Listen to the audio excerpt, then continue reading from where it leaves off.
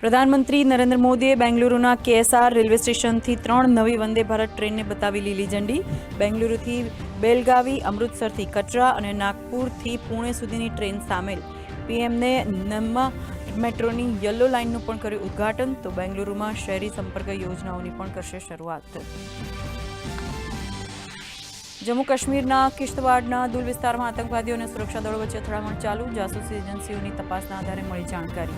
આતંકવાદીઓના ગોળીબારનો મક્કમતાથી જવાબ આપી રહ્યા છે સુરક્ષાના જવાનો.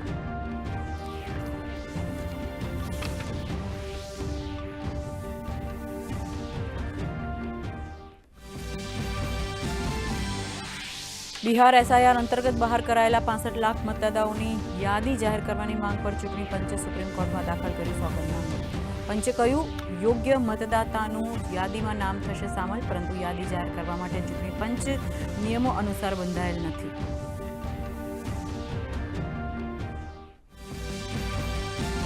ઉત્તરકાશીના ધરાલી અને હર્ષિલમાંથી અત્યાર સુધીમાં 1126 લોકોને સુરક્ષિત સ્થળે પહોંચાડવામાં આવ્યા. રાશન સિવાય અસરગ્રસ્ત લોકોના પરિવારજનોને 5-5 લાખ રૂપિયાની મદદ કરશે ધામી સરકાર.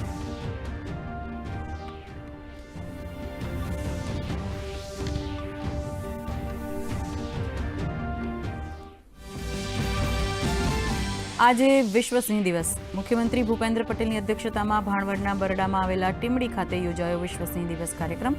તો સૌરાષ્ટ્રના 11 જિલ્લાઓમાં પણ ઉજવણી. બરડા વિસ્તારમાં ઇકો ટુરિઝમ વિકાસ માટે ₹10 કરોડની જોગવાઈ.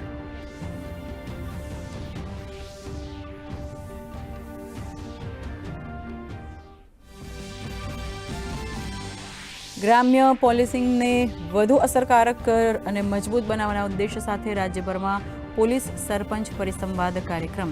ગૃહ રાજ્યમંત્રી હર્ષ સંઘવી સુરતના કામરેજ પોલીસ સ્ટેશનમાં સરપંચો અને ગ્રામજનો સાથે જોડાયા.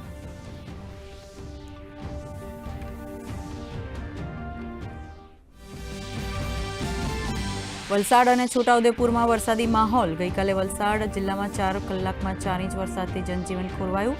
14 થી 21 ઓગસ્ટ સુધી રાજ્યમાં સાર્વત્રિક મેઘમહેરની આગાહી. દક્ષિણ ગુજરાત, સૌરાષ્ટ્રમાં ધોધમાર વરસાદની શક્યતા.